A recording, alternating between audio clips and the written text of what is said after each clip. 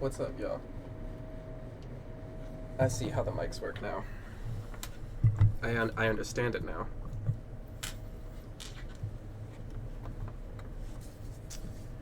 Alright. So, the first game of the season for Emerson Hexcores League of Legends begins at 7 p.m. today. We'll let you know when the draft has started, but yeah. It's me. I'm June. My name is June. I will be your caster today. Alright. We're going to get started very soon.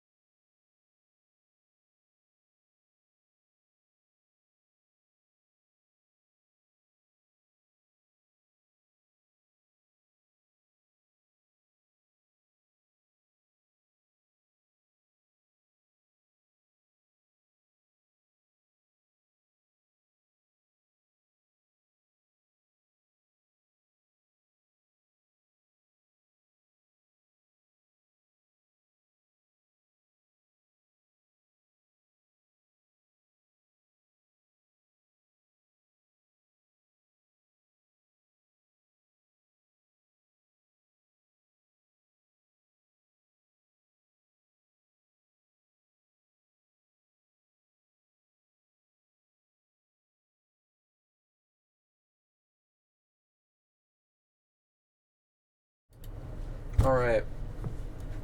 Hello, everybody. Alright. Now, as we wait for the draft to get started, I'm just gonna be chatting a little bit. Welcome to 2025. First of all, welcome to 2025, everybody. I know it's already February, but this is the first Emerson esports stream of 2025, I believe, if I'm right. And so this is going to be an exciting year. It's our first year with the streaming booth that we got midway through the last semester, but that means this semester we will be streaming a lot of games, most games. From here, we'll be casting directly to you live, and it will be really fun. Yeah, welcome to those who joined the stream. I saw just a couple, like 6 of you guys join. This is our first game of the season. Emerson Esports, Hexcores, who finished last season undefeated. We played, I believe it was 8 matches. One of them, the opponents had to, unfortunately, were not able to make the game, but I believe out of the 8 games we played, including playoff game, I might be getting the numbers wrong, but out of the games that we played, undefeated. Not a single map dropped. We won every single map. So that's, I can't do math, 16 or more maps won without a single map lost. And our players, including me. We have been grinding over winter break, and we've now moved up a rank. We are ready for a new challenge this season. Our first game is going to be against RCTC, Rochester Community Technical College, if I'm correct. And we are going to be starting the draft. As you can see here, excuse me, they are waiting to begin draft. We will wait patiently. Now, the roster for tonight, we have the Young on top lane. We have Reed, or me, on, not me, Reed, whose in-game name is me, 1-8, a lot of numbers, as jungler. We have Mookie on mid. We have Aiden, or Skiz, on bot lane. And we have Perry, or Perry Lulu, or Straight Ally, on support. Now, it looks like Emerson has blue side, and they're going to be starting off with a... Look, they're looking at a Viego ban, hesitating a little bit to lock it in, but this is something that came from a lot of scouting. You know, Emerson Esports, we like to do a research, and it looks like the Viego ban is going to be locked in. They're scared of the hyper carry jungle potential. We're looking at, RCTC is going to respond with an Aatrox ban targeting our top laner. Okay. Now, the Young, throughout the season, or last season, was known a lot for these hyper carry early snowballing champs, such as Darius, Aatrox, that sort of, was always an assurance to us, really, in top lane, that top lane would do well, and then the rest of the game would snowball on from there. A Zillion ban coming out from Emerson. That's interesting. Wow. I think this season, league season in general, Zillion has been getting a little bit more quietly powerful, and when Zillion's powerful, he's annoying. So it's good to get him out of there. Wow. Okay. And the Wukong ban locked in. That's interesting. We're looking at a targeting of top and jungle. Wukong ban sort of takes away that flex potential. In a lot of some of our practice games, we were able to use Wukong as sort of a flex pick. There's, always a huge strength in the drafting phase. We look to see Emerson lock in their last ban. Oh, a Swain ban. I believe they're targeting our RCTC's Swain top. And they are looking really to target a lot of their comfort champs. And a Silas ban coming out from Rochester. I see. Alright. Also, let me know if the audio is working, or if it's not working. But, yeah. Okay, Emerson. Starting off with a Skarner pick. Are they going to lock it in, is the question. Skarner is, bulwark of the meta, I believe, and sort of always going to be a contested pick. Okay. Then we're looking at the first two picks from Rochester side.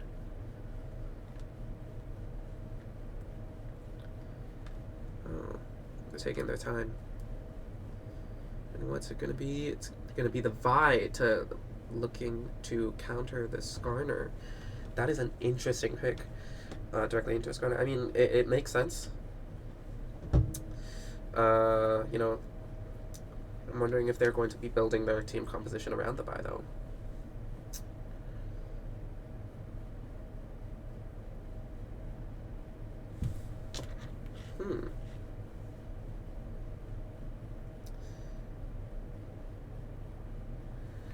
Oh, and it looks like an Ornn pick coming out from their top side. Okay. We have the next two Emerson picks here. It looks like they're going for a really brawly or team fighting focused champ, looking down to focus one specific person. And the Corky pick coming out from Emerson, one of Skiz's more recent comforts.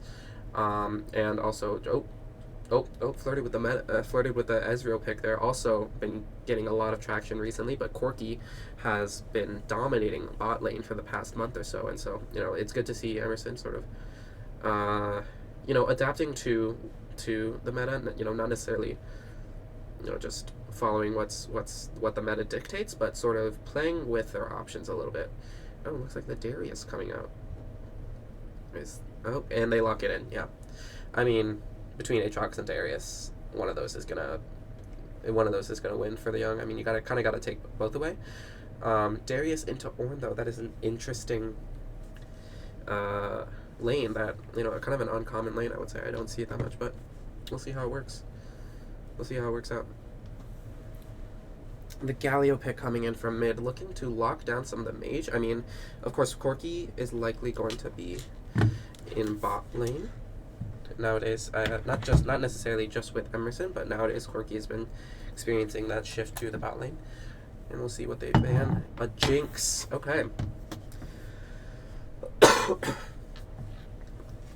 Oh, and a Yone ban immediately coming out from their side. And they are... Oh, and a Yasuo. They're going to ban both the Wind Brothers. And it is... Okay, I don't think Mookie's played that many Yasuo games recently, so that is an interesting ban coming from Rochester. But they are really targeting our mid laner, and they should be. Our mid laner was the recipient of the Emerson, of our MVP award last semester. Consistently, not only dealing damage and getting kills, but always rotating well for team fights. And that's a Misfortune ban coming out from Emerson, targeting the bot lane. And that Rochester still has a bot lane and support left to pick, while Emerson has their mid lane and support left to pick. And the mid lane is an interesting flex. Here we could see and a Lulu coming out. Suggesting some sort of hyper carry along the lines of Jinx. So it seems like that was probably a good ban to get out of the way. A Lulu Jinx would be very terrifying for Skarner Darius in the late game. And a Talia pick. Oh, is he gonna lock it in? Is he gonna lock it in? Ooh. Let me know if you guys hear the machinery in the background. It is a bit loud. But is the Talia pick gonna be locked in? And it is. Okay. That is interesting. Okay. Sort of an uncommon pick for Emerson. We don't see that a lot coming out. And the Taric and Corki. I can see that working against Lulu especially, but let's see what the ADC follows up with. Now the Talia into the Galio is certainly an interesting one. I mean, of course, the team does need AP, so picking an AD mid laner into Galio would be kind of hard anyways. But we'll see. RCTC certainly looking very team fighty. A Lulu, a Jhin.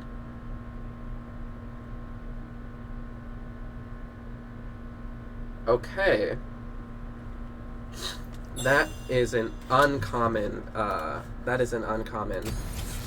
Combination, I will say.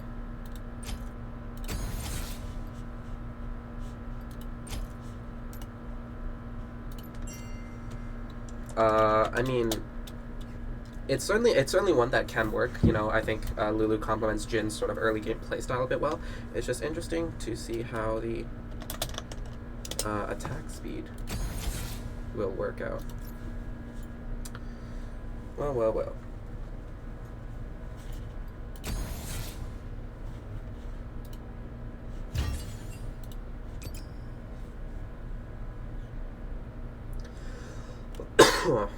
Okay. So, we have a very interesting pick from the side of Rochester. Sort of unconventional, but I wouldn't say super different side of Emerson's thing. Yeah, Mookie on Akali. You're so right, Jaden. Wait, they didn't ban Akali. You're right. But I think the Akali into the Galio that has already been picked would have been, not the greatest idea. But, it begs the question. They could have picked Akali earlier in the game. Now, it seems to me they're kind of going for a lot of these early game picks. I mean, let's see here. Skarner and Corgi, of course, both super meta picks by an Ornn. And then the Darius was picked before the Akali, so if Mookie had picked Akali there, they could have still picked Galio in it, and so it would have countered anyways. Or they could have picked a Javier Akali counter like Kassadin or maybe Malzahar, and so I guess it could have shut the Akali down, which is what I guess they were scared of. And the Ornn was already picked right there, and that's safety, so... Yeah. Yeah, I mean, that one time we got to see Mookie play Akali last season, though, that was nice. And so, that's certainly something we are looking to get back. Is the desktop audio playing? Okay. That is the audio from the drafting in the actual client. It sounds like the backrooms. Not gonna lie.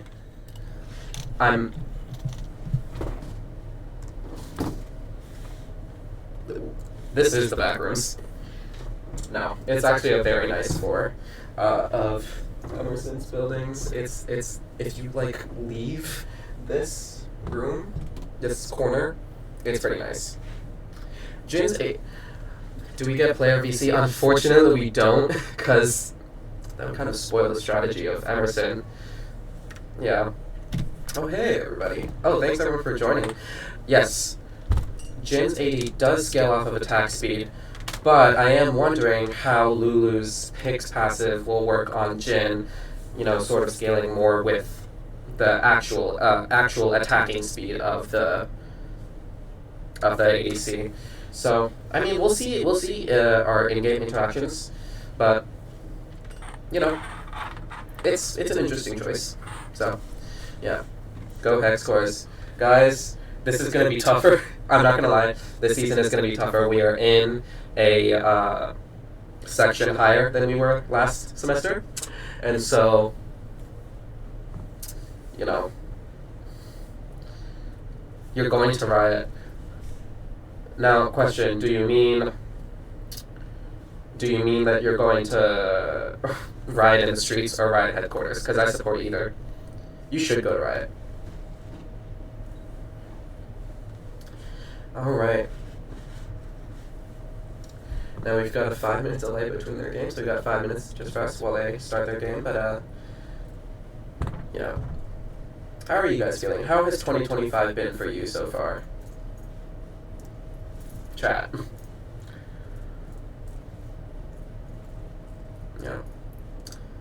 It's so weird, because I feel like chat has been incorporated into just language now, and I say like chat all the time. Chat, look at this. Chat, what's that? Chat, can I get your opinion on this? And I'm talking to an actual chat. What's up, guys? Trippy stuff. Let you know. For those of you who are joining now, this is the first game of the season for Emerson Hexcores, and I believe the first stream for Emerson Esports in 2025. For this, in the middle of last semester, we were able to get our little. You know what? I'm going to turn one of the mics off.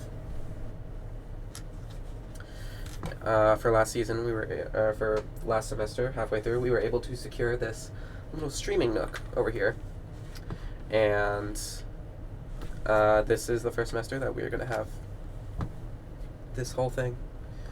This beautiful little space, if you sort of take a look around. Emerson Esports jersey, classic. 2 exit signs. What's that about? And some giant... a package. It's a desktop.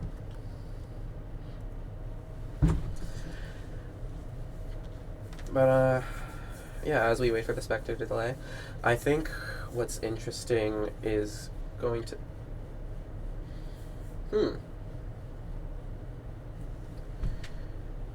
Okay.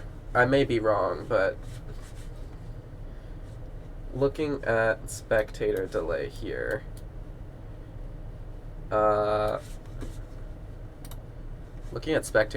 what's going on here with Vi and Ornn?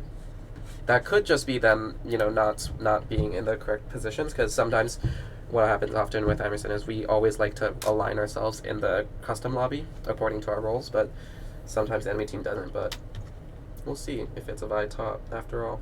It won't be. It probably won't be. But you know, what's going on, chat? What's going on with your lives? We got a minute left on the spectator delay. Yeah.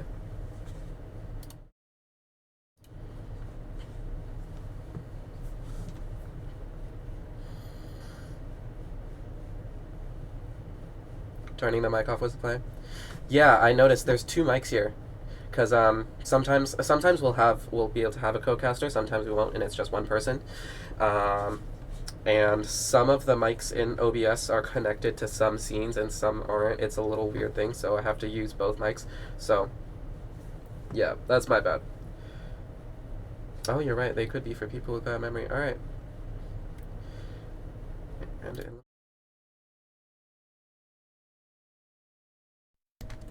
See, I just had to switch my mic there, because it's crazy. Yeah.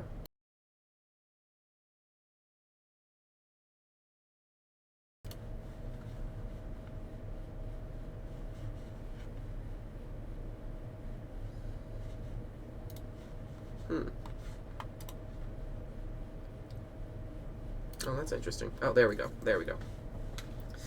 All right. Okay. Yeah, it's what I thought it was. Galio mid Orn top and Vi jungle. You know, you'd be surprised to see what we've seen in the tier we were in last time, which was gold 3 and below, or gold 5, gold 1 and below. I don't know, something like that. And there was a lot of interesting plays, and they were fun to play against. Let me say. Oh, and we're loaded into the game now. And this is going to be the first game of the season. Let's see the scrims. Alright. Alright, 5-4. Let's see from Emerson's perspective here. Welcome to Summoner's Rift. It looks like they are both going to... Right. It looks like Emerson, we're performing classic 5 points.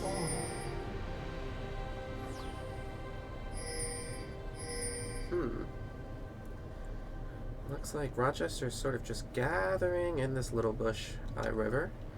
We have Skiz watching out over there, and Orn all the way over there on top. Pinging a lot. Emerson was able to get a ward down here, but Rochester is just sort of keeping their eyes. Minions have spawned. Keeping their eyes peeled, you know. Oopsies.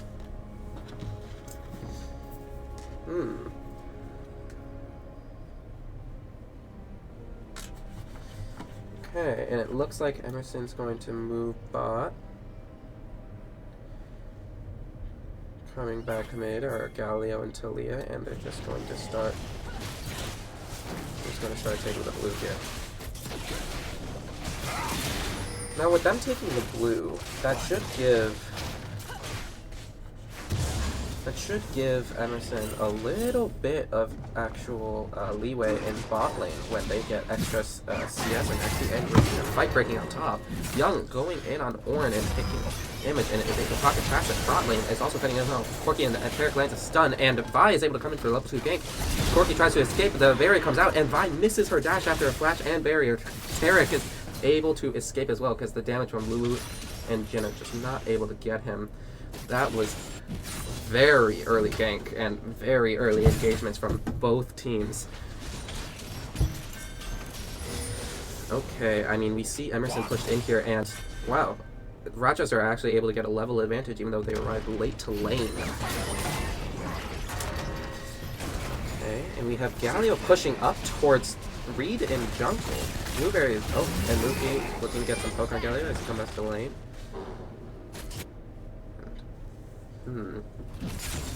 Now we're finally in a bit of a stalemate. Let's see.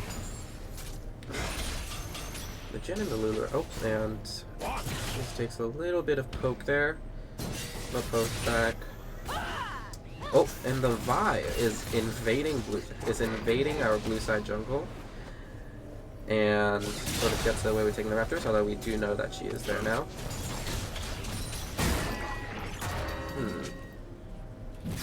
Young and Ornn trading blows. Young and Jargon. Sorry, I should be calling them by their names. Yeah. Oh, and Thera is able to get away with the flash over the wall, and the Talia W misses.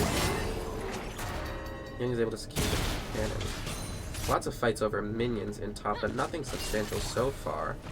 Lots of poke from Muji, using his first strike rune to a lot of avail. Oh, and we see a pull, and from Young, who was able to land a few blows on the Ornn, but Ornn was able to push him away. The threat of more damage coming from both sides, if neither of them want to risk it. I've seen a lot of poke. Lots of movement from Nethera on by. This is a very interesting... So yeah, she heads into mid and is going to back in that bush, as we can see on main map. Now, we have Perry sort of just waiting in the bush. Let me know if the desktop audio is a little bit too much. I fear that it might be a little bit too loud for those in stream.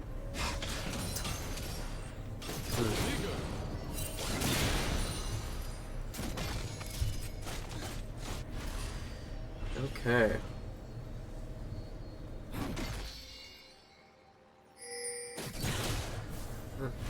We're finally at a little bit of an actual stalemate here. I said that last time, but they started fighting immediately again after that. So, we'll see what happens now. But...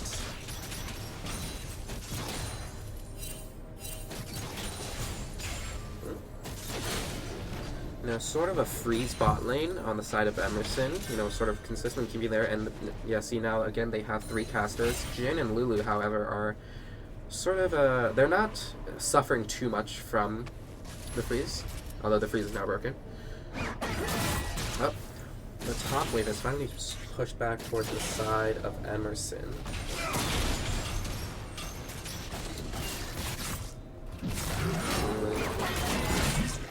Young sort of clearing all the minions, but taking a little bit of damage. Bot lane sort of pushing back as well.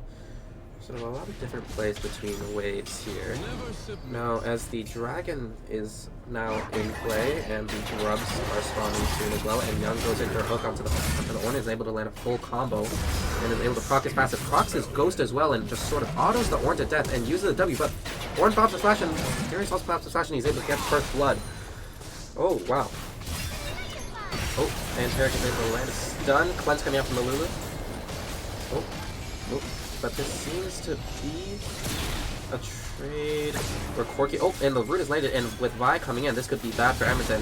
Well, the exhaust coming onto Vi, but she is able to land the Q onto Harry Lulu as he lands the stun and is just barely able to land the last a shot. The Jhin is able to land a shot onto Perry. Really unfortunate timing there. We can see sort of an engage where Corki or Aiden was not exactly sure how long the fight was going to last. There was a bit of hesitation, and so, but however, even if he had committed, there's no guarantee they would have walked away from that scot-free. Oh, and we see blue team is taking the grubs in exchange for the dragon. Well, well, well. This is a very common tactic on the side of Emerson, usually prioritizing grubs. I think in this elo generally, especially in the elo we were in last season or last semester, a lot of times enemy teams would prioritize Drake instead, and Emerson, we would always go for the grubs, because once you get to those 6 grubs, that becomes a huge win condition, and Ornn is able to dash away from the Skarner. Still some poke happening in mid, nothing too serious on the side of them so far.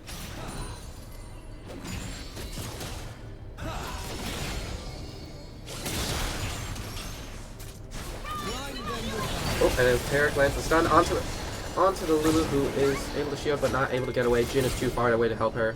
Lands his last shot onto Tarek, who immediately heals it back up. Vi is not able to do anything either. You see Reach is sort of taking all of the camps, while Vi is just camping bot.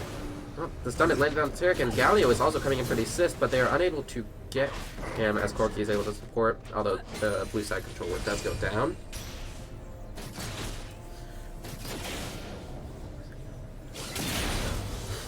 Jhin is sort of holding bot lane alone, and Mookie holding off the Galio. Again, uncharacteristically quiet mid lane, I would say. Or at least in relation to the other lanes. Usually, if the other lanes are bloodthirsty, mid lane's not this stagnant. Although I do suppose it is Talia versus Galio. You know?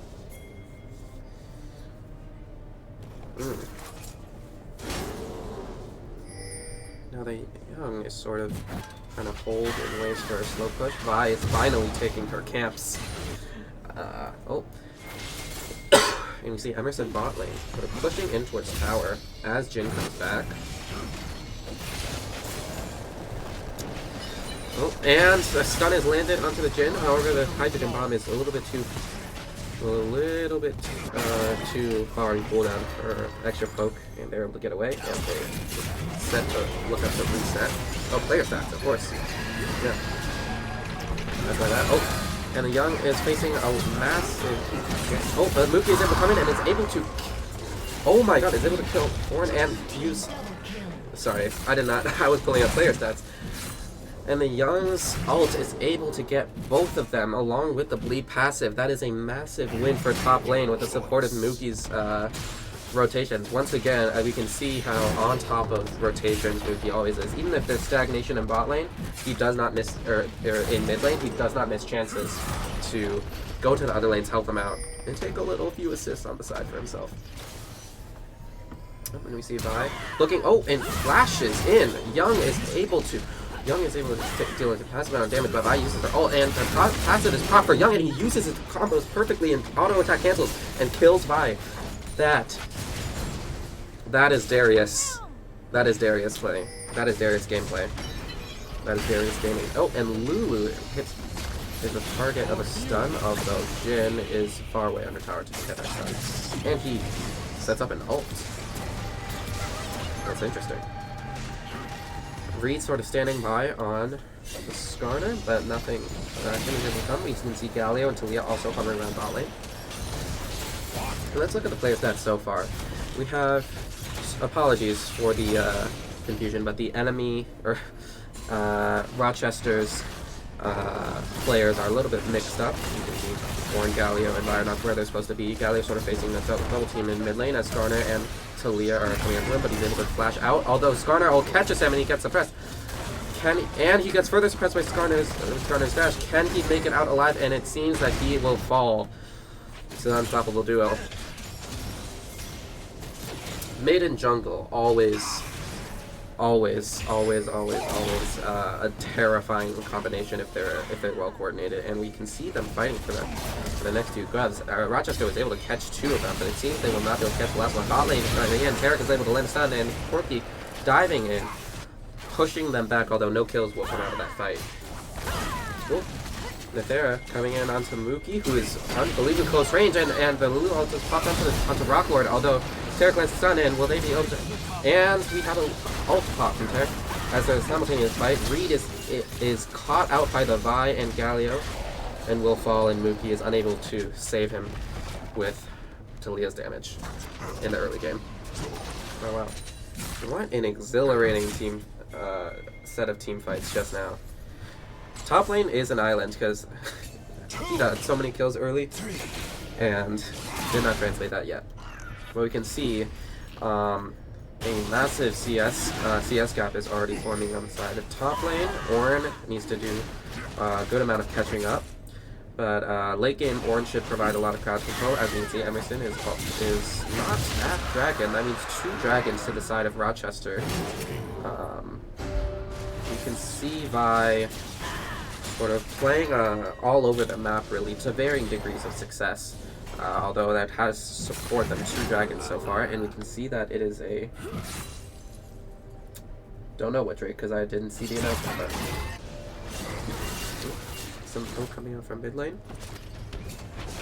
Okay. And we can see that Young has a massive advantage at top.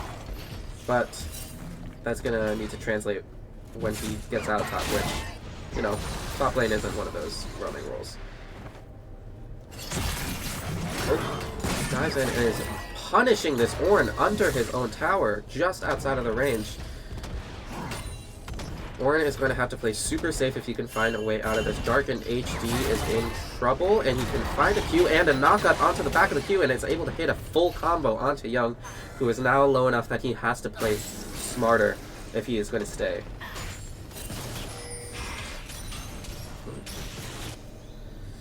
And he does decide to stay. Alright. Trap triggered. Okay, my parry.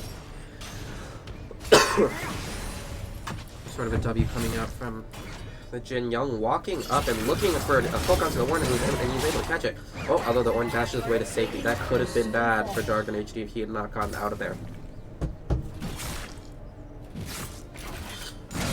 Ooh, that's sort of a threatening thing.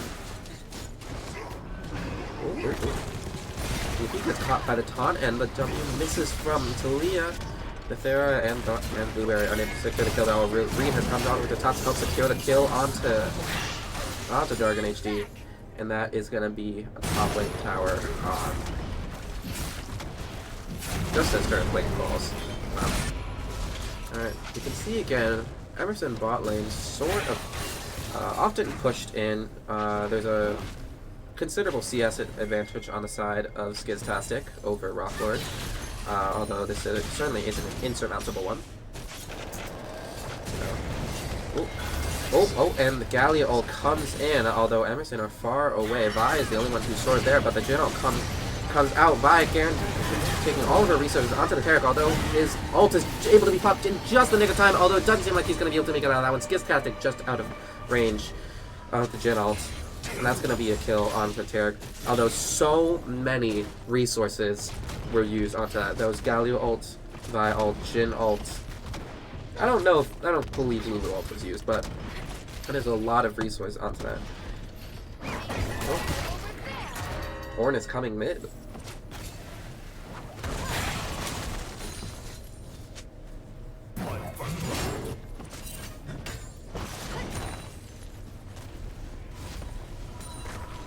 You can see sort of some lane trading happening here. But they're looking at clearing out more camps. We can sort of see Reed and Ithera are both evenly matched in CS. The camera has decided to look at Lulu. That's what Riot says. Alright, looks like Skiztastic is going to be taking over mid, although Blueberry has not switched lanes yet, and so we have Jin and Lulu sort of still bot lane. Clock Daddy. I'm just going to say Clock. Clock and Rocklord are still bot. Facing off against Mookie, who may be more qualified as a ranged champion. We have Perry and Skiz sort of tag team Galio here, and Vi is able to dash over into the brush where he faces off against Young. Oh my god, Bethera and Orn are both there, and it seems that Vi is going to be just able to escape, although Orn is going to be taken. Ooh, and the flash comes out. Darken HD pulling out his Ram God. Oh, as the mid tower falls, Galio. Ooh! Skiz dives just into the range of the taunt and is unable to secure the kill. Orn and Vi were able to secure themselves a ticket out of their own tower just now. A lot of really close fights right now, and Blueberry's going in once again and taunting the Taric. Wow, that is a ballsy move. Some more poke coming out from Skiz. Mookie sort of holding his own against Rocklord and Clock in the bot lane. You know, with a 150 gold bounty from 3 assists and 137 CS. Ooh, and Vi is bouncing in straight up with good ally, or Perry. The stun lands, and she uses her ult to get to Taric once again, ignoring the Corki, and Talia is able to finish her off. The double impale comes out from Reed. Gallia dives in, but it's not quite enough. Lulu's going to ult the Jin, but it's not enough to save him. Lulu is also caught out now by the Talia, and the Taric is diving in on him, and she's able to get knocked up by the Talia, and the Galio is able to escape. I should be using their names, right? Emerson is going to look to secure their first dragon of the game and sort of look to even out the dragon gap between the two teams. Young is back in top, warding off the Orn from their topside tower.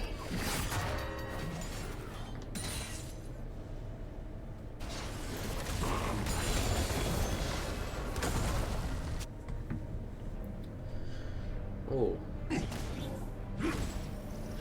sort of in mid-room. Gets spotted out by the ward. Darius now knows that it is a bit of a risky situation, although there are 3 Rochester players bot. Mookie still clearing out bot lane and playing it safe against the double team of Lulu and Jin. Oh, Blueberry just able to escape the hook. That was wonderful. Did you see that? No? Oh, dodges the W. Wonderful footwork from Mookie. Again, sort of accepting a more passive position and sort of preventing the enemy bot lane from taking a tower. Although that might mean he doesn't get to be as proactive as he could. Sort of just maintaining bot lane against 2 people, but for securing a numbers advantage on the rest of them. Young dive going in onto Ornn. Ornn and Vi coming in. We have Call of the 4 shot coming out. Ramp. Season is coming out from Vi as well as Young uses his ult just in the nick of time and he dies to the stun. And Vi. Oh! And Vi is dying to the Darius lead. The Lulu ult's gonna come out on Jin as he gets stunned, and Mookie and Tarek are able to finish him off. That is a lot of Void Grubs onto the tier 2 bot tower. And that tower is gonna fall as well. Rochester sort of facing an onslaught from all angles. Tier 2 mid tower is about to fall as well. This is gonna look to be a very dominating performance from Emerson on game 1. Atakan spawning in 1 minute and 11 seconds.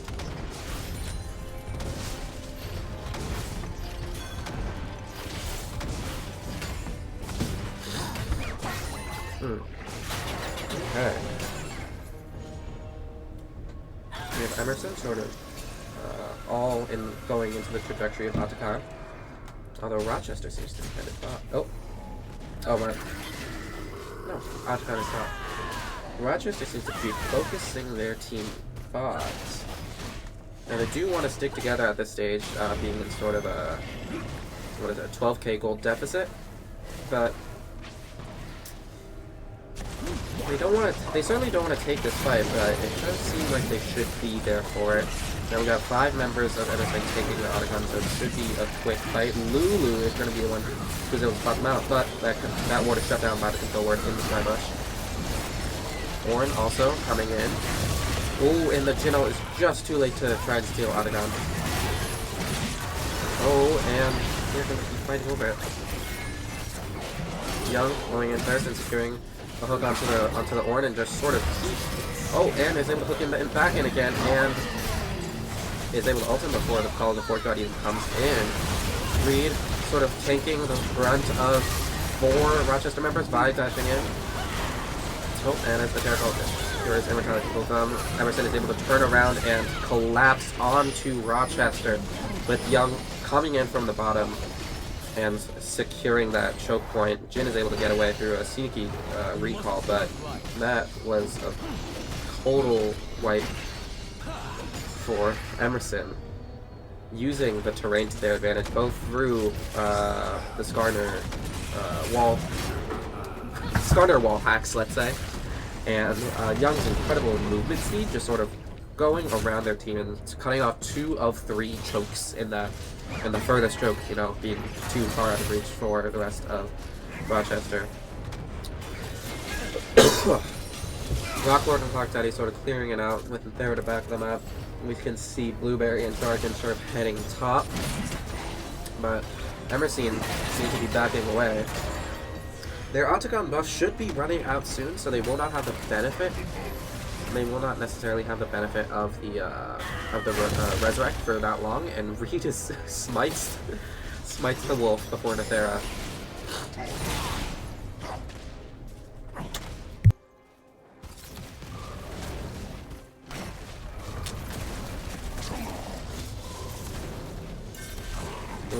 We can sort of see, although Nethera is sort of far away, we can see both teams sort of converging onto the spawning Drake.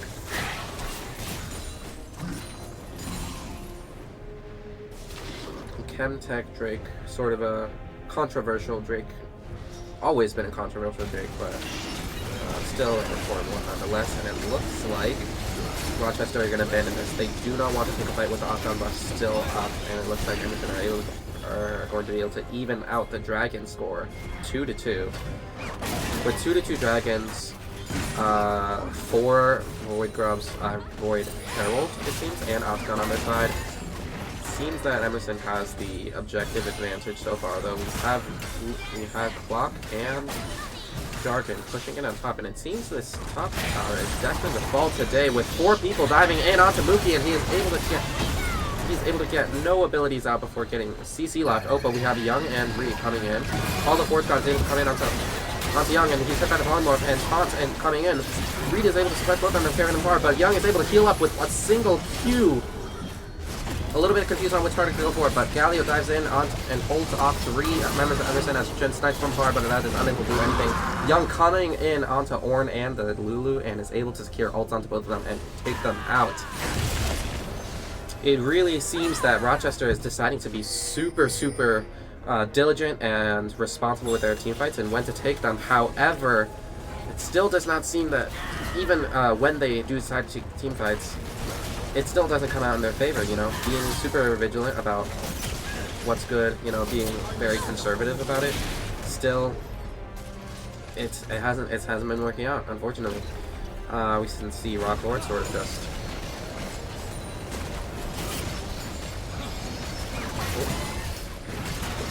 Emerson Eastward taking the inhibitor and the top tower as well.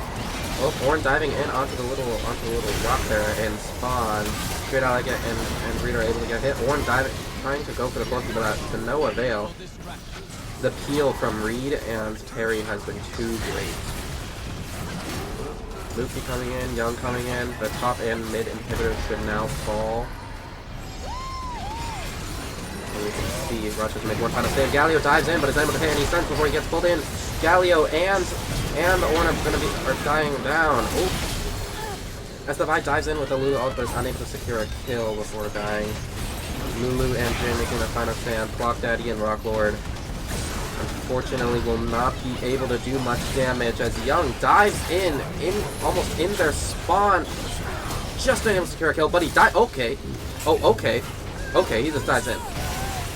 That is very interesting. And Corki as well, the Immortality field coming in from there. I know that's not what it calls, as Emerson Esports takes their first Nexus of the year, taking game 1 in this series of 3. What an exhilarating match. Whew. I'm getting the hang of casting. Well. Emerson Esports takes their first game of 2025, takes their first game of the semester in this new tier that we're in. Wow. With just the same dominance as last semester, doing very well. We can see Rochester's macro gameplay was played incredibly well in the early game as well, and also in the late game they sort of understood their limits. It just so happened that every time they were sort of forced into a fight over an objective, it still ended up not working quite well for them. As we head into the draft now.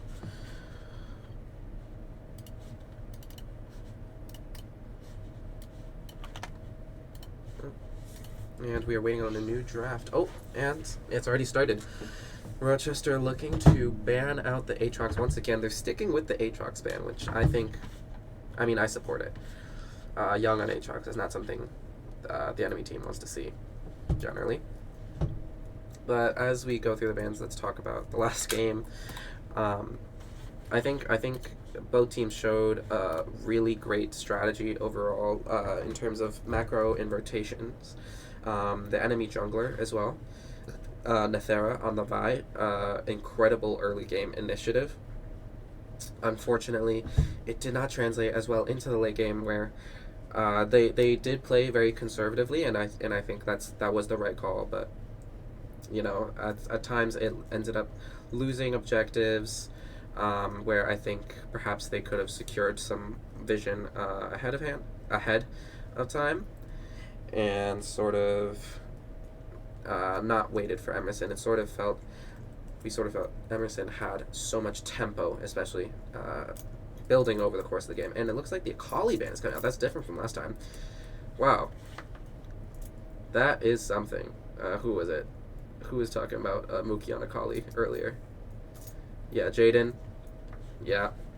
That's not happening. That's unfortunate. Well, well, well.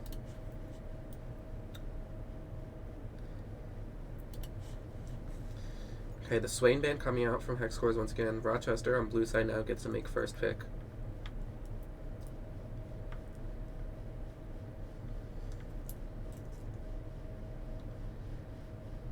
Taking their sweet time. I think the draft is going to be something super important for them. And they're going with the Jinx. The Jinx was a band that came out from Hexcores on their second round of bans last time. And, ooh. I mean, it's a pretty powerful pick in this meta. And they're going to look to take the Lulu away from Rochester. Wow. I mean, Lulu is a great pick on Perry's behalf. Generally, you know, has been performing great with Lulu. So it's going to be interesting to see what Aiden pairs up with the Lulu. It's possible they could just take off both bot lane picks right now.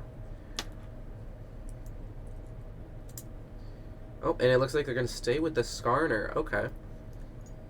Okay, the bot lane pick would have been perfectly fine, but it looks like they really want to just secure the Skarner more than anything. You know, we've had, you know, I mean, it's been established this season. Skarner is someone you wanna is one of those pick ban champions. Rochester sort of waiting. Oh, and the Master Yi pick comes in. Well, well, well. This might be the first time Emerson has faced a Master Yi in the game. Wow. Jinx and Master Yi, what is this? What are we?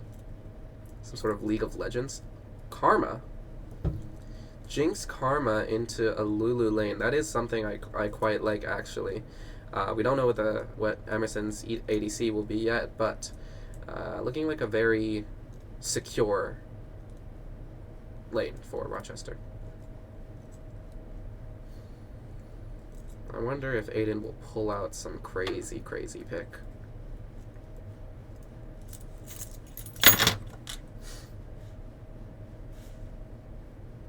Oh, Corky, Ezreal, Corky, Ezreal, Ezreal Lulu.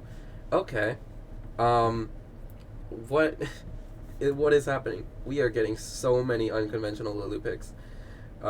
This series just.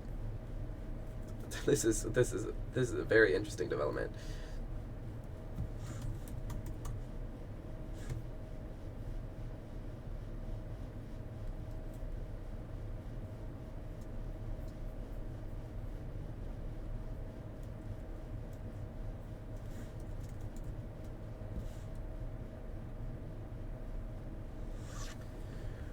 Looks like they're going to be banning Cassante and Galio. Now, it's interesting seeing the Cassante ban coming out from the side of Rochester. It looks like they're targeting Reed, because Young doesn't play Cassante, although Reed has been practicing a lot of top lane and playing a lot of Cassante.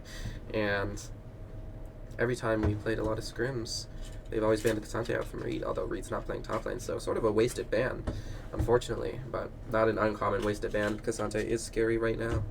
Silas ban once again coming in from the side of Rochester, looking to take away a lot of the assassination potential of mid. You know, last game on Talia, I would say Mookie was doing great, although not as,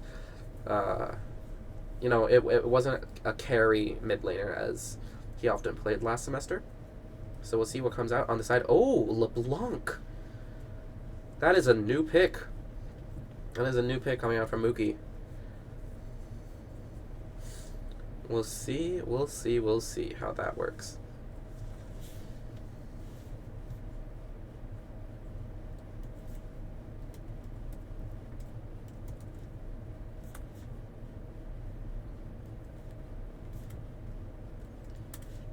Zed coming out from Rochester into a LeBlanc. I think that's an okay pick. Looks like also going to be a very good dive. Going to have great dive potential onto Lulu and Ezreal, especially with the Master Yi as well. That is a very interesting composition they're looking at there. Now, what is their top lane pick going to be? Perhaps someone tanky. Might be looking at, in the Urgot. Now that is a very AD heavy team. Going to benefit the side of the Hexcores a lot with the Skarner. Let's see what the top lane pick is all about. This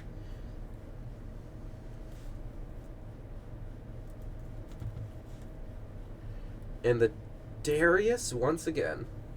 Oh, the set into Urgot, not bad, and it's set. I mean, it's very interesting comps coming out from both teams, I think. I mean, Rochester sort of going for a very, very skirmishy composition. I think Hexcores will have a lot more success in working on moving or positioning as a team and sort of moving around the map in that way. Alright, now we're going to wait for... we're going to wait for Hexcores to start. But, this is a little hack I use, but I copied and pasted from the League of Legends wiki all of the characters' ability names into a spreadsheet, and I'm just sorting them. That way, better casting. This is the game. Oh. 1 second. We're figuring out some technical issues. Oh. Alright. Looks like it's going to be a few minutes before the next game starts, but how's your days? How's your guys' day been, chat? How's your day been? You know?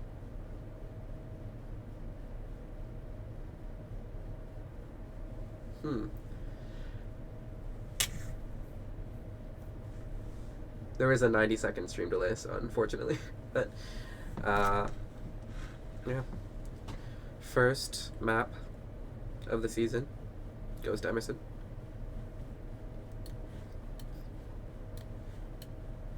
I think this is a great sign. I think we haven't really fallen off. Again, we've put a lot of work in behind the scenes, especially over winter break, to sort of push into this next tier. And it seems like overall it has presented a few challenges, but still, as a team, I think we've improved with the season and with the tier. I think communication is better than ever. We can see a lot of calls being made by the team as a whole. You know, like, there's never really any confusion as to where they're going. Rochester also, I think their sort of main mid-game trip, I think, was having Jin and Lulu always contesting with Mookie in the bot lane, where, of course, taking away Mookie is a vital pick. I think it's great to sort of just keep him distracted in bot lane, pushed in on the tower, although that does take away 2 members of your team, and a lot of team fights above bot lane. That's going to be a 3v4, and that's not something that necessarily went well often for Rochester. And so all the players are sort of loading into the game. No? You went outside today? That's crazy. I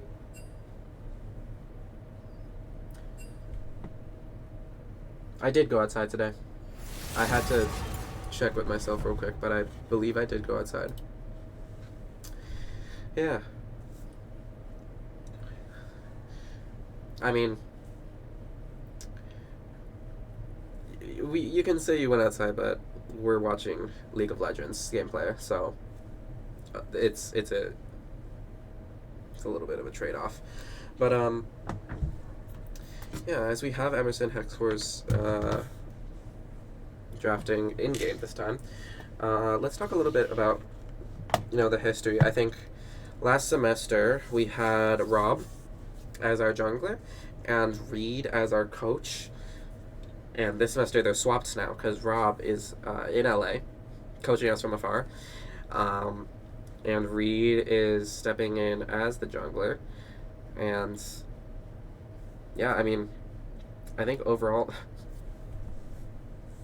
not to not to diss Rob, but the macro I think has been really great.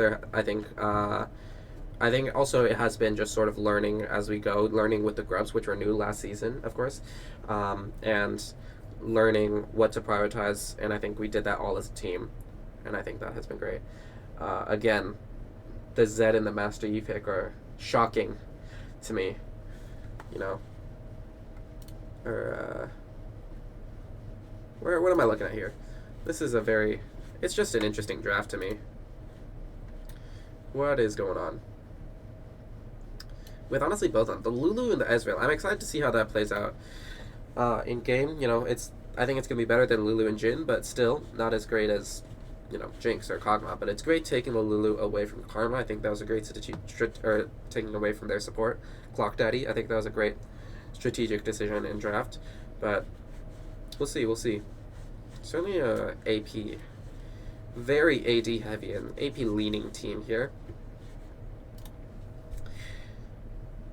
Yeah, you know. But overall, the team has been through a few shifts. I mean, I was playing ADC for most of the games last season, and this season I think you're going to see a lot more of Aiden. ADC, very different player, I would say. We have, between us two, I think we cover most of the ADC champ pool. And so, it's gonna be a great season ahead, I think. Yeah.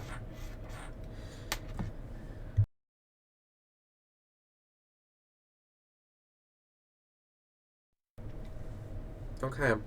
We should have about 3-4 minutes till the game starts for you guys. Yeah. So, I think this is a great time. We're gonna take a little bit of a break as we wait for a stream delay and the actual stream delay of League of Legends. If you didn't know, Play 5 mandates a 3 or 5 minute delay when streaming or just spectating in general. So I will see you then in about 3 minutes. We'll be right back, guys.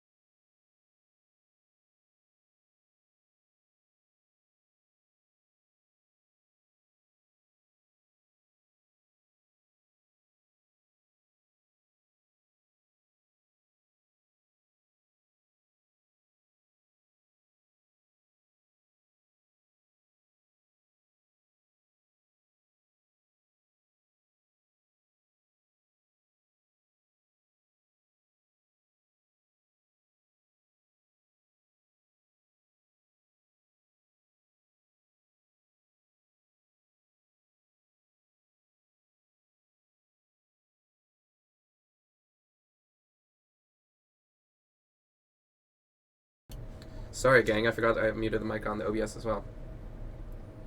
We saw a little skirmish there with mostly no consequences. Emerson on the red side now, and Emerson on the red side, and Rochester on blue side. You can see once again, Clock and Rocklord have decided to leash for Nethera, aiding in the early game clear, which should actually benefit Master Yi more than most other junglers. So makes a lot more sense this time around. And last time Emerson was able to secure. Emerson did lose that early game advantage. Oh, Jargon! Oh, Jargon dashes over, and Young misses his W because of the dash and knockup, taking a lot of poke from Urgot. This is a very completely different scene to what we saw last season. Perry Lulu landing a little glitter lance onto Karma there. But the inner flame lands directly onto Perry. Mystic shots landing. You know, this is a very poke heavy lane from both Emerson and Rochester. Oh, Glitter Lance is landing everywhere. Mystic shot landing onto the Jinx. That is a great poke. One poke. One instance. Oh. Lots of trading blows in bot lane. Young and Jargon have mostly healed up. Oh, Clock lands another inner flame onto the Perry. Able to mitigate most of it with shields from both runes and abilities. Another Zap. Oh, Zed and Blueberry and Mookie landing blows with each other. Mookie is able to proc his abilities, but unfortunately early game LeBlanc unable to do much more damage beyond the early game combo. Perry just sort of hiding out in these bushes, landing abilities, slowing them down. But again, to not a lot of kills. There's a very poke-heavy lane. More poke happening mid. This is a relatively quiet early game compared to before. Ooh, ooh, ooh. The same pattern over and over again from Perry. Mystic Shot just narrowly misses the Jinx. Oh, but Glitter Lances are going to be able to hit, and the shield is coming out too late. Set Young goes in for some blows, but is unable to secure much damage. Jinx again taking just so much damage. She is not going to be able to stay. Rocklord hits the level up and the speed boost shield, but Clock Daddy is going to be tanking the WQ combo from Ezreal, and oh, threads the needle. Rock is just too low to be staying like this. Throws out the E for safety. Blueberry landing some Q's and E's onto Mookie, who his passive is now procced. There's going to be a minute until he gets it back, and the E, the binding chains land. The ethereal chains, my bad, land onto the minion. Instead, Set grabs Urgot and is able to land a little bit of damage with an uncharged W, but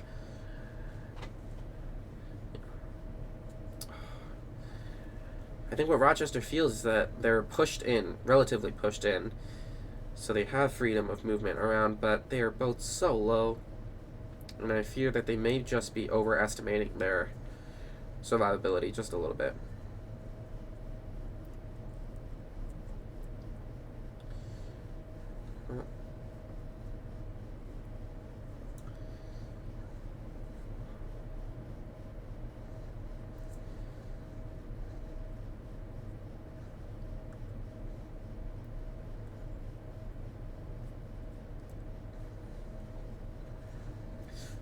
Ooh, Mystic Shots coming in from Lulu, able to slow both of them, but the shields block nothing from Clock Daddy. Just some sort of trades. Skiz was not even part of that trade. Oh, and Master Yi coming in from behind gets dashed onto but the Polymorph is able to stop him from going further. Aiden gets out with just a little bit of health left. Mookie coming in from mid as well is getting slowed by the inner flame, but it lands the Q and is able to land the ethereal chains onto her, blocking combo, and Skiz is gonna be able to get away, and Zed is unable to land his combo. Nethera and Mookie both able to get away.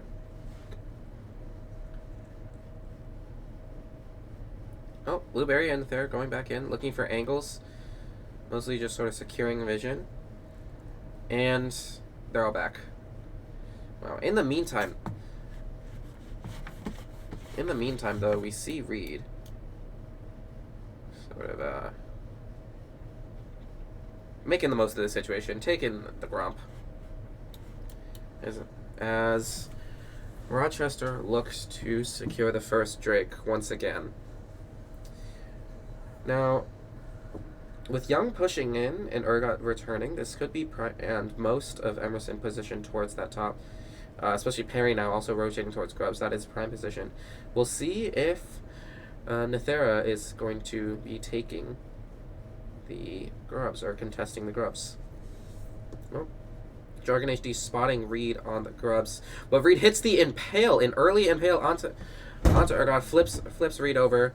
Master Yi dives in. Nethera's hit with an immediately stall impact, and the showstopper comes out from Young, killing Jargon HD. Blueberry's pushed away by LeBlanc, and oh, the root just barely hits. Oh, a copy of Ethereal Chains comes out, and she's able to finish off Blueberry. I finish off blueberries all the time. I love eating blueberries. Nethera, unable to contest with 4 members of Emerson there, just sort of walks away. It's for the best. Oh, though it's Skiz alone in bot lane, it looks like Rocklord and Clock Daddy are pushing in, although does not look like they're pushing in enough to bully the Ezreal as much as they would like to. Nethera taking a few more camps before backing.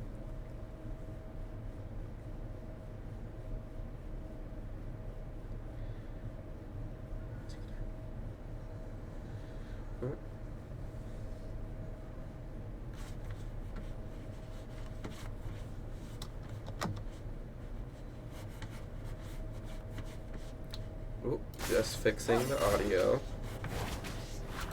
Everything is in its right place. To clarify, this is my first Twitch stream. Never ran this stuff before. Ooh. And ooh, Urgot in a familiar place. Hits the stun and hits the W for poke onto Urgot with nothing. None of his health traded in exchange. We can see Nethera and Blueberry sort of walking around red vision.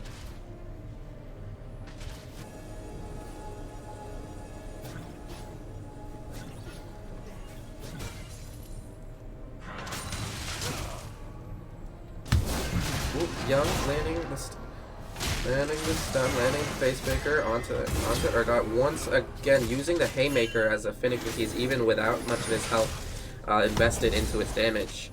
Still winning a lot of trades from here. Urgot is going to have to get a little bit more creative and a little bit more upfront in these duels.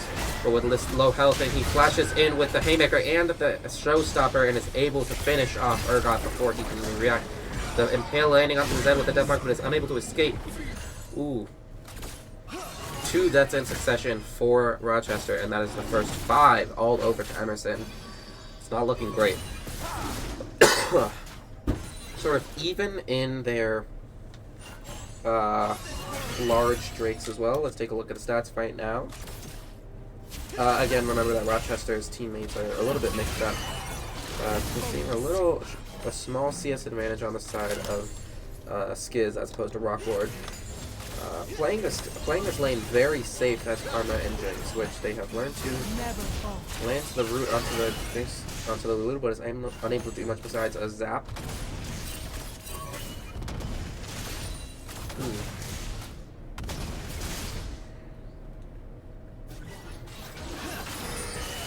Quiet lane. Oh, more and more and more poke coming out from Perry, able to land so much glitter lances. So many glitter lances. Oh, and it's unable to proc the Essence Flux from Ezreal, although they are both so low. Looking for another Essence Flux proc, but is unable to find it.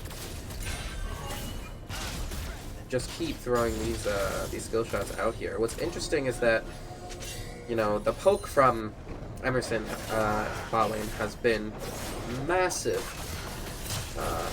Although we'll see how that plays out in the late game with both Karma and Jinx.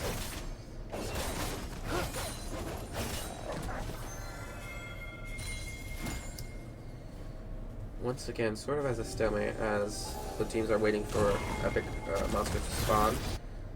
Blueberry getting away from Reed, holding a rock. Reed has a rock, everybody. We gotta run. Oh, Nethera diving into a control-worded bush. Ishtal's impact coming out as Alpha Strike gets him away for just a little bit. He pops Highlander. Oh, Polymorph. Blueberry is unable to finish off Great Ally immediately, but suppressed. The Impale comes out from Reed, who is now getting helped by Lul. And it looks like the Young is able to finish off Karma. Ooh. Oh. And just a few seconds left on the W. Mookie is able to finish off the MSV with not much else. You know, some cooldown issues there, but was mostly scot-free against a very low MSV. Blueberry taking out the ward, but is met with Nesiflex proc. What? Oh my goodness, a Super Mega Death Rocket coming in from Rocklord, stealing one of the grubs away. That means Emerson Esports is unable to finish their 6 grubs. That is a game-changing steal. Well, not game-changing, but that is an excellent steal. Rocklord now sort of unsure of what to do as Karma comes in for this, for emotional support on the Drake, but Nethera seems to be concerned with taking grubs as Emerson Esports is collapsing onto the Dragon Pit as we speak. Blueberry is able to catch them. Blueberry is able to catch them walking. But as he tries to push, you can see Emerson starting the Drake already. Nethera coming in from grubs is gonna be late to the party, but should still be able to look at the dragon at the very least. Oh, gets suppressed by Eastal's impact and is stunned and hit with the Essence Flex. Alpha Strike comes in and is unable to win the snipe battle against Reed, who is able to finish him off in the middle of the channel. Mookie landing, unfortunately, is not able to land a replicant chain onto Karma, who is able to escape. Wow. It looks like the macro sensibilities that were very much present in the early, or in the first game for Rochester had sort of faded away. We see Nethera making a few questionable choices. Jargon HD landing a flip onto ECD Young, who is just so tanky now. With 3 kills, 10 CS ahead, Doran Shield, and a Fade, she is able to withstand so much damage from the Urgot. Ooh, Blueberry. Blueberry 1v2ing Perry and Ezreal in the mid lane. Ooh. The 5 Void Grubs is gonna... That's gonna be nasty for the towers.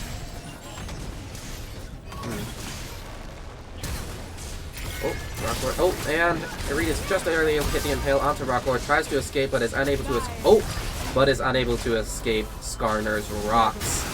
Karma tries to make her escape. Nethera diving in onto straight ally, but Skilltastic is able to keep them at bay with an Essence Plus proc on Blueberry. Oh, and Rocklord also falls. Oh, sorry. That was what happened before. Sometimes these kind of stick one time. Good job. Nethera pops the Highlander and goes in on the Skilltastic, but it's not even alpha striking. What is happening in mid lane?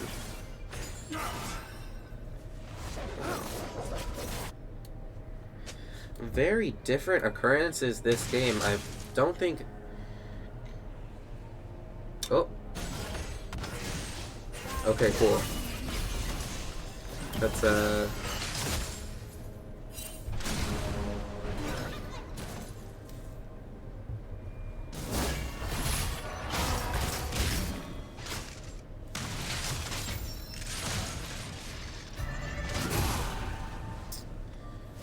yeah. That's gonna be a no from me, dog, on that promotion, but, you know, thanks for popping in the chat. Oh, Urgot. Jargon popping a flip onto ECD Young, who is able to hit a sweet spot. Haymaker. Sorry, looking for the ability names. Young on tower, but Urgot is able to hit a flip onto them. Jargon HD landing. Ooh! And with the showstopper out of turret range, Young is able to land one last Haymaker onto Urgot that finishes him off and finishes the tower off. Nethera taking the red and bot lane, but the rest of the team is just sort of falling. Emerson Esports is now positioned in almost sort of a horizontal line across the map. Mookie, once again, holding the bot lane 1v2, distracting 2 members of the team for just one. Harry and Skiz, Aiden, sort of taking the mid lane. Taking him at mid lane position are sort of able to rotate to Rift Herald if needed. Young is camping out in that bush, but Nethera passes him by. Oh, maybe not. Oh, and uses Stridebreaker and Q. Dashes in. Oh, Facebreaker is not going to land onto anybody. Oh, but Young taking a considerable amount of damage. And the Haymaker is able to come out and finishes off the Mac D with one more punch, and Tail comes out, and so the Urgon is able to finish him off as well. Wow. Ooh, Ethereal Chains landing onto Rocklord, but unable to finish him off. This looks to be an even more dominating game 2 for Emerson Hexcores. Wow. I feel like Owen Wilson. Ooh. The Bronx Sigil is not able to be detonated, so Rocklord is left alive. Blueberry getting dove under tower here, potentially. Hit with the Mystic Shot, but not much else. Reed is just going to be clearing those wolves. Well, Nethera coming in for a little bit of emotional support. Wow. Well, Mookie diving in onto Clock Daddy, but that shield is going to be broken. Reed taking blue with Urgot just sort of walking by. Blueberry taking more and more poke under tower, but is just so determined to save that tower from destruction, and we now have the Rift Young both at tower. That tower is gonna fall Blueberry no matter what you try and do. That is a very dangerous length. He's saying so close to death. Ooh. Now Nethera is scouting out the dragon. It looks like Emerson College has sort of abandoned their rift in the middle. Rocklord and Clock looking to see what they can do, but Emerson College is going to get this dragon party started, and Nethera off taking Gromp. And that is conservatism that I respect now, but was a little bit questionable earlier. Young popping in from the west, using the Strider to freeze Rocklord, dives over the Flame Choppers with a Showstopper, and is able to secure kills onto both Karma and Jinx. That is teamwork. Emerson College sticking together throughout so many of these fights over objectives, really showing off mid-game dominance. You know, able to snowball that win. This entire time, Jargon has sort of been top, trying to farm it out. You know, see what possible advantages they can get from solo farming top lane, and certainly the CS gap is being closed now with only 5 in between them. But still, that sacrifices a lot of team fights that the rest of the team has sort of been finding themselves in with no escape, and so. Oh, Blueberry is able to escape the Ethereal Chains. Jargon is almost at the point of finishing the tower, although Young is coming back for more. Nethera, Reed facing off. Young diving in onto Nethera. Nethera pops Highlander tries to escape. Young hits it. Ignite. Oh, that. Alright. True Shot Barrage not hitting anybody. That is a red turret destroyed on bot from minions. There, diving in on Gromp, but it's not worth it as Mookie dives in and lands the Signal Mouse and repeats Signal Mouse and is able to finish him off with just an E-style impact. Oh! That's two Essence Flux detonations. Oh, that scored my comfort character. Alright, another red tower falling as Emerson College decides to focus on the Atakan with Ezreal blocking the Super Ultra Mega Death Rocket, but with no damage almost. That Octagon is going to fall swiftly as Nethera is unable to take it. Clock Daddy and Rocklord consistently pushing bot lane, although Ezreal coming back soon. Not before the tower falls. Young facing 1v2, although he has the benefit of the Atron Resurrection. Deathmark coming in onto the Young, hits the Facebreaker onto both of them. An early Haymaker is gonna be the death of Young as The fear beyond death strikes him. However, the resurrection prevents too much gold from being handed over to the side of Rochester. Ooh. Exhilarating gameplay. This is what the automated algorithm demands we see. Oh god, the control words. Oh, it's a massacre.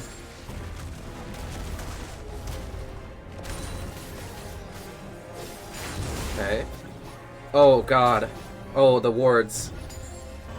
Chat, the wards. They're all dying. Oh, it's not the wards this time. Clock Daddy is being faced by Reed, diving in with an E-Shell impact, but gets rooted by Karma. Blueberry diving in, and the Impale is able to hit nobody. They still have all of the resurrects. Oh, True Shot Barrage hits all of their team. Jargon HD diving in. Mookie diving in on there is able to finish him off. Hard Steel Stack coming in off of Jargon, trying to fight against the rest of Emerson College, and the tankiness is going to be able to help a little bit, but as more Sigils and Malices are destroyed, and Skiztastic is there to finish him off, that is going to be the end of Jargon HD. As Clock and Rocklord fall to a very, very swift tower dive from behind. Oh, Blueberry diving into a very low Skiztastic and is unable to finish him off.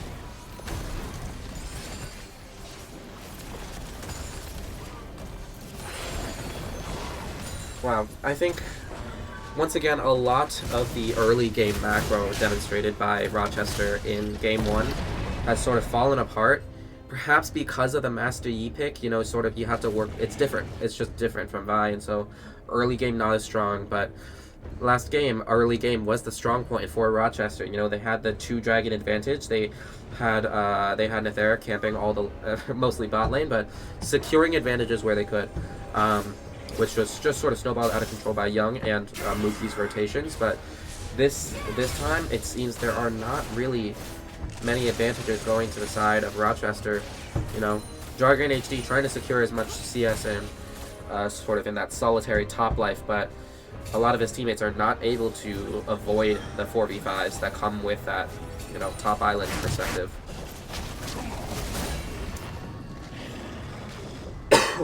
Emerson College gathering around the incoming Ocean Drake. Look at that beauty. Skiz and Zed facing off into the... Oh! Takes a lot of poke. Electrocute Proc coming in. It seems... Oh, and the Super Mega Death Rocket coming in. Cannot finish it off. Seems that they do not have vision at all of the Drake being taken. And Blueberry is unable to dive. Wow. Rochester is really at a loss of what to do. They sort of can't quite secure the objectives. True Shot Barrage, just, you know, as poke, just casual ult poke, landing on 3 members of Rochester.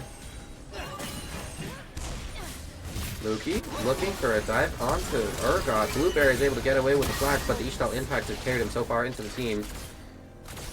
Jargon is able to escape. Skiztastic's taking a lot of poke, but not that much damage. Many autos coming out from Rocklord. And the speed is immense, but still, not a ton of damage onto an ADC, of all people.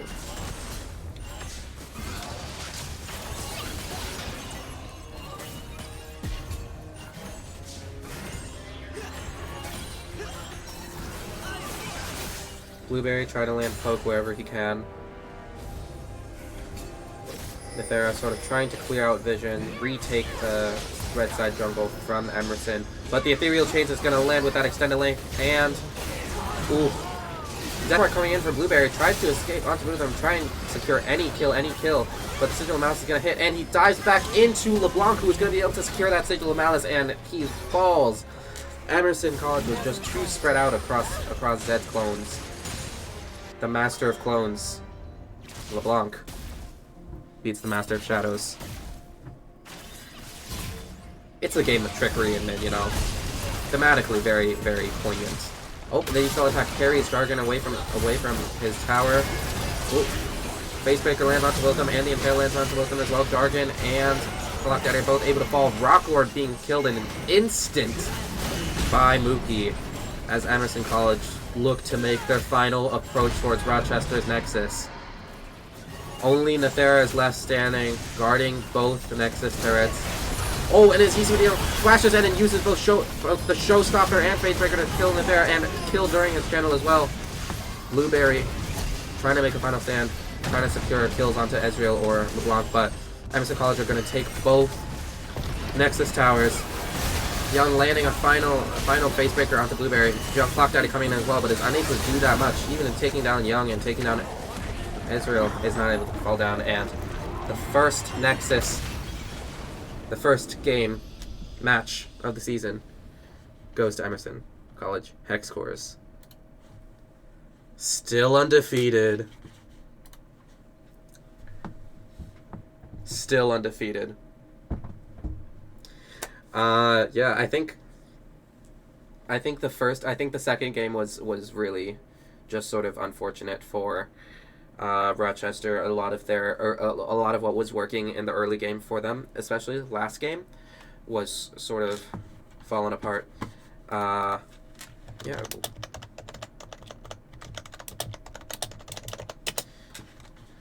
A lot of what was working for them last game sort of fell apart. I think in part due to the new picks, but also from just a few missteps. You know, I think their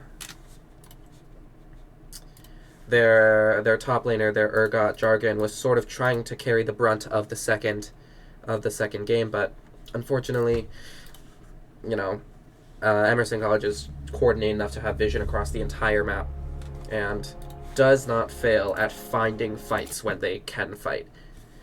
So yeah, we're gonna go for some post-game interviews. Yeah, so today I think we're gonna let's pull in Young from top lane. All right. As we wait for him to get in here, let's talk about... Oh, hey, Young. What's up? Oh, you went back into... I got it. You got it? All right. Stream should be able to hear you. So, you know, I think we saw a resurgent of one of your comfort picks, at least today, Darius. You know, and you know, sort of a retracking to... playing around the snowballing tactic of just sort of having you go crazy in top lane. And so how did that feel, or what felt different between the two different games, right? Because I felt in the second game, Jargon, their Urgot, was sort of trying to salvage what they could of the game by playing very conservatively, you know, just sort of split pushing whenever possible. What felt different to you between the two games? Well, the biggest thing is definitely the difference between Ornn and Urgot, right? Mm. Because Ornn, as Ornn, you gotta go to team fights no matter what. But this Urgot, I mean, the second game he played Urgot, I think he knows that split push was probably the best, the best out of the many ways that he could do to benefit his team, and I think that's a very good, choice. If I were in the position, I probably would do the same thing. Yeah. So yeah, it's mainly just two totally different champions.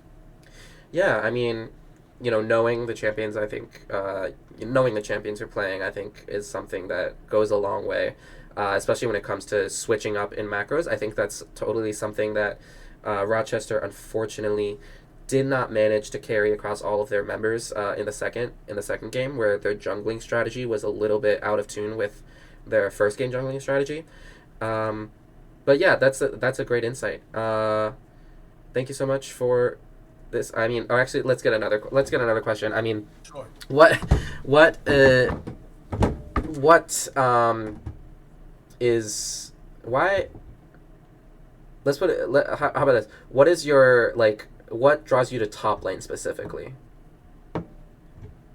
You're asking all the way back till to the first day of me on League.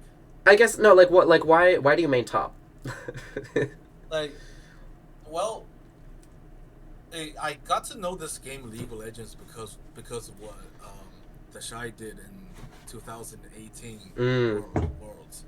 So Aatrox was the one thing that kind of got super famous back in China because of the Shy. So I knew this champion, this character called Aatrox before I even know League of Legends. So I got on the game like 3 years ago, and I just played Aatrox, and since then, you know, I try different roles, but it's just the most fun, the most interesting role for me. So I guess, is that what you're looking for? I mean, I'm yeah. sorry if I'm No. sorry if I'm not really answering. No, no, no, that's perfect. I mean, I think a lot of us are drawn into different things, drawn into League for a lot of different reasons. I think that's really cool, like the Shy inspiring you. They banned your Aatrox both times this match, of course, but it's cool. Like, some people go into it for an OTP, but I think your champ pool is deep enough that you can adapt to a lot of different ones. But in this match specifically, you got to play one of your other comforts for both games, and I think that's just nice. It's really nice. Yeah, thank you. I think I see what you were asking right now. Sorry about No, no, no. repeating It's it. your answer was I amazing. It was great. it One of the reasons that top lane draws my full interest rather than other four roles is because it's like isolated lane, Mm, like comparatively, right? yeah. You get to do your own thing, just use your own mechanics to make a difference, and I think that's just very. How should I put this? It's just the specialty of top lane being like real one man on another man, besides any other, you know, influences of the whole game, early game at least. That's the most part Mm. why I'm, drawn to top lane, I guess. Yeah, I absolutely get what you're saying. Although I will say in the second game, especially on set, I think you played rotations incredibly well. You sort of left Urgot sort of just sort of splitting on top, but you were able to hit so many other team fights. You were all over the map, honestly. And so even though the early game was sort of isolated, as top lane always is, I think you really changed it up midway through and played almost like a mid laner in your rotations, and I think that's sort of the key to Emerson's success is just how is teamwork. As cliche as that might sound, uh, Definitely, definitely. yeah. Thank you so much. Could you call in Andrew next? Okay, sure. Thank you for streaming. Thank you for casting for us. Oh, dude, no problem. This is so fun. And I watched like during in the middle of the two games. Yeah, You talk so fast. You're kind of a caster. I do. I mean, I watch Worlds. That's it. Yeah. Yeah. All right, Yeah. I'll go call Aiden in. Yeah. Thank you. Thank you. It doesn't matter who you get. I kind of want to interview everybody, low key. What's Yeah. I kind of don't know the protocol. I really want to invite everyone in for an interview. I was like, Um, hey, I mean, if you want to. oh, okay, bet. I'll do it this time, because it's first game of the season, you know. So, all right, Aiden, my fellow ADC, how was this game for you? How was it? Good. It was. I was in my element. Mm, Needed to hit a few more Ezreal Qs, to be honest, but, yeah. you know, I I did mean, really good.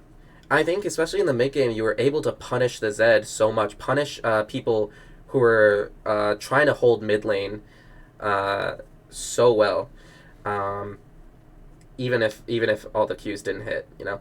And so I think so. What is your approach to the pick to the drafting process? Because I saw you hovering between Corki and Ezreal for both games, so I'm wondering what's your mindset when it comes to that. Well, first game, kind of knew we wanted to go quirky. They had a really tanky comp. They did the tank shred for my E. We also wanted to play a little bit around my poke, and just general, you know. They also didn't really have a huge amount that could get on me. I mean, they had Vi ult, but I knew I needed someone mobility champ. We didn't want to go Jinx, my normal pocket pick, into that. Because, mobility gap. Right. So wanted to run away from that, get out of there. Mhm. And then yeah, second game I saw a bunch. I saw the Yi, and I went, oh, one ability that'll follow my E, I'll be fine. And then I went Ezreal, and then they also went Zed. So I kind of expected to get thrown around a little bit that second game, but Yeah.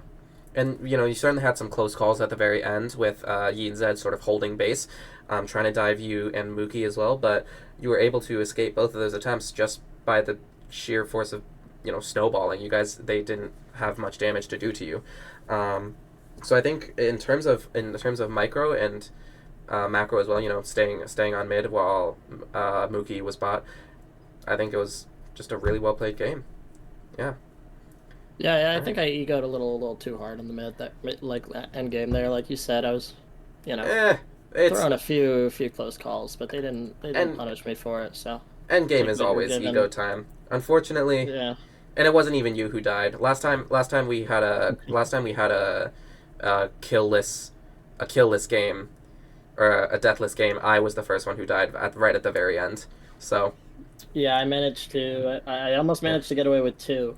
I know Coach Rob yeah. would have been happy about that, but I ego dived the fountain at the end.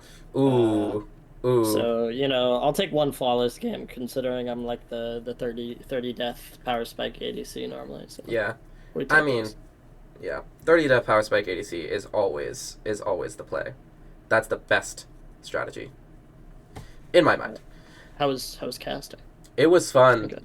Good This is casting. great. There were a few technical issues, like just a few, but it It's went all right. better. It went better than I thought it would. Shout out casters, caster love in the chat.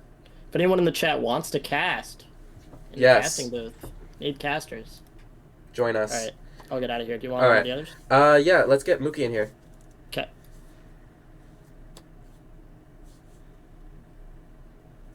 Chat. We need casters. Like, join if you are an Emerson college student. I mean, sign up. It's really fun. You get to be above the sixth floor of Walker. I won't say where, but we're above the sixth floor. In case you never come here. Oh, hi Andrew. Hi. Hi Mookie. I'm just advertising some casting stuff. Oh, Join, join, join casting. Do join it. casting. Yeah. All right. So I think this was a really great game. This was a really great match. I think what I noticed was very different was you weren't sort of playing like your hyper carry champs, but you were playing a very like macro like your role was a lot more strategy focused. Could you speak to that? Yeah, so I mean, this season we're focusing more on just team fighting, team building in general. Especially now that we're facing just like harder teams in general. It's not as easy to get like solo kills in lane, so having that hyper carry potential is a bit more difficult. So we're orienting my playstyle a bit if it's a matchup that I can't just like constantly win, into being like in-game fight leader, making sure that like I'm playing zone control kind of and facilitating the fights.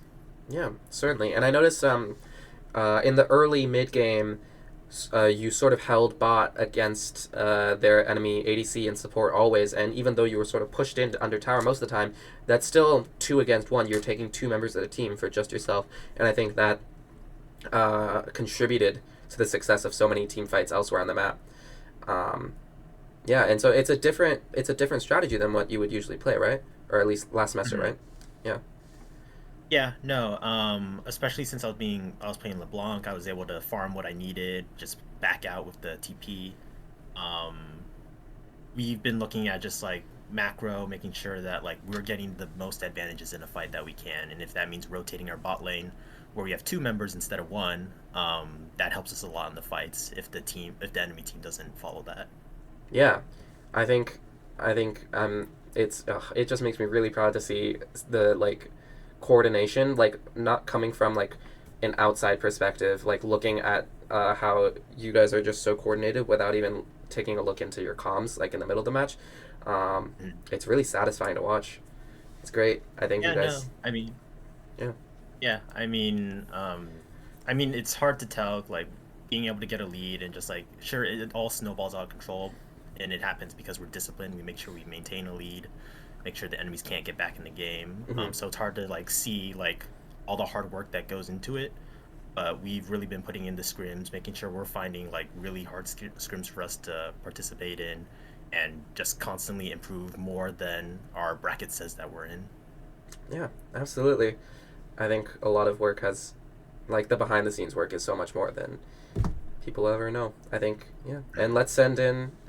Thank you so much for this interview. Let's send in our former Yeah, no, coach. thank you. Our, yeah.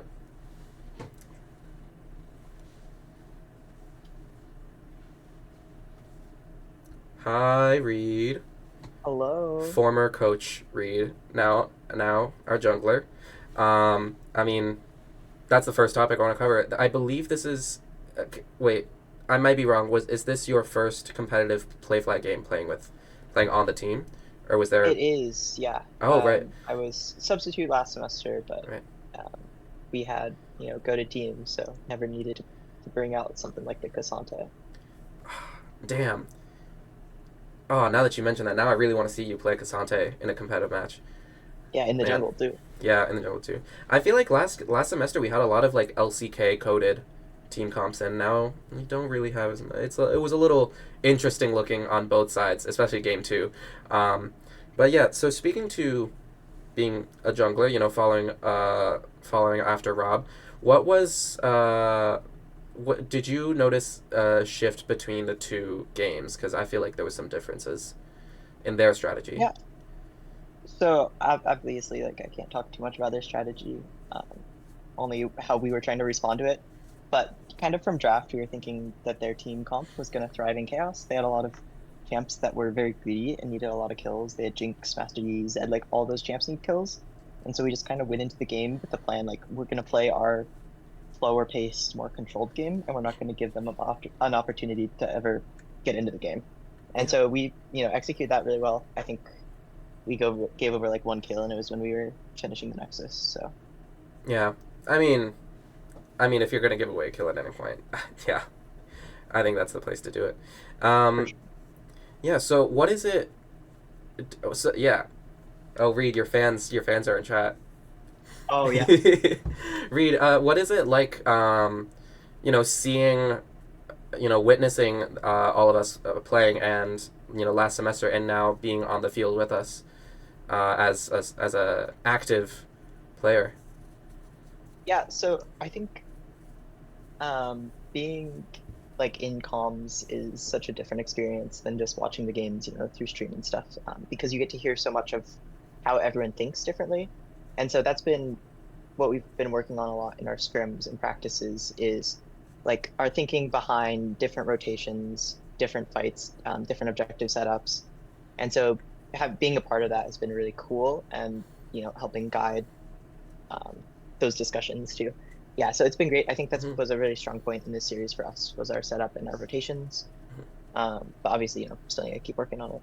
Yeah, certainly. And I think, you're now like actively playing as jungler, but I think your knowledge and the knowledge that you bring to the team still hasn't diminished. You're always still like behind the scenes, like researching and looking at metas and looking at what's great and what would benefit the team. So I think I think you and the team did exceedingly well today, and I honestly thought way better than I thought it would happen, considering we're in a higher tier now. What is it, Platinum 4 and below, or something? Yeah, I think it's Plat 3. Plat 3, right?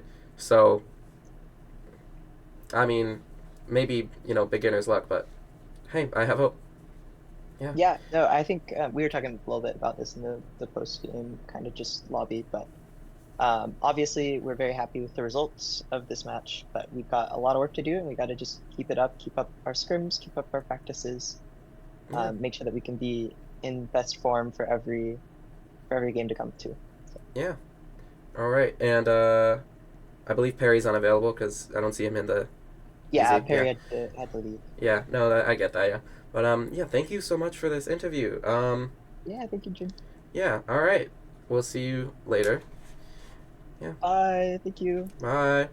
And to our stream, you guys. That's a different monitor. This is you guys. Thank you so much for tuning in to the first game of the season. We're still undefeated. This is looking to be a really great season. Please check out the other Emerson esports streams for Overwatch and Valorant. They should be coming up in the next few days or weeks. I'm not a part of that, unfortunately, but I think this is a really great semester for esports on Emerson's campus, and we're really glad that you guys stuck around to watch it, stuck around to watch the interviews, stuck around or hear the interviews. Thank you so much for tuning in. Thank you so much for cheering us on. All right. Goodbye.